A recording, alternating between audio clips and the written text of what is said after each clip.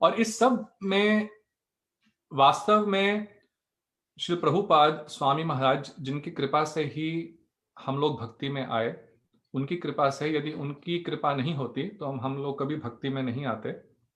जब ये सब चल रहा था और बहुत मैं भी परेशान था, भी गुरुदेव नहीं आए थे, तो मेरे को कभी ऐसा अनुभव नहीं हुआ। मेरे जीवन में केवल पहली बार ही स्वामी महाराज मेरे स्वप्न में आए और उन्होंने केवल एक ही बात बोली।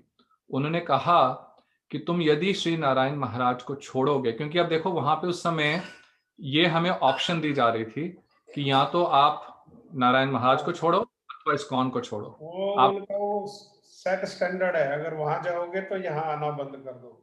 ये बड़ी प्रतिकूलता मेरे को भी प्रभु जी नोएडा में बड़ा ताप हुआ, लेकिन गुरुदेव के जीवन में आने से वो सारा ताप जाता है।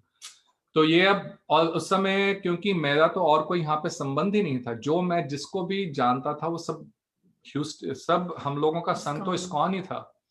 और गुरुदेव तो पहली बार आ रहे थे, गुरुदेव का भी कोई संग, कोई ऐसा विचार नहीं था। जिसको मैं जानता था सिर्फ इस्कॉन। तो एक बहुत अंदर से डर था कि अगर इनको छोड़ना पड़ेगा। और जो भी है, हमें बहुत प्रेम था वहां पे ठाकुर जी से, प्रभुपाद जी, भक्तों से, बहुत सुंदर, बहुत प्रेम था, आज भी है। मैं इस बात को भी स्पष्ट करना चाहता हूँ, आज भी जो वे कर रहे हैं, बहुत सुंदर प्रचार कर रहे हैं, आज भी हमें उनका बहुत आदर करते हैं, बहुत प्रेम है।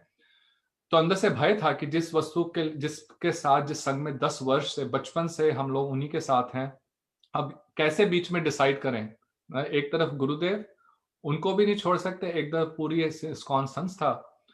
तो उस समय स्वामी महाराज प्रभुपाद जी मेरे स्वप्न में आए और उन्होंने कहा, सिर्फ एक ही लाइन बोली। उन्होंने कहा, यदि तुम श्री नारायण महाराज को छोड़ दोगे तो तुम्हारा भक्ति से कुछ लेना देना नहीं होगा।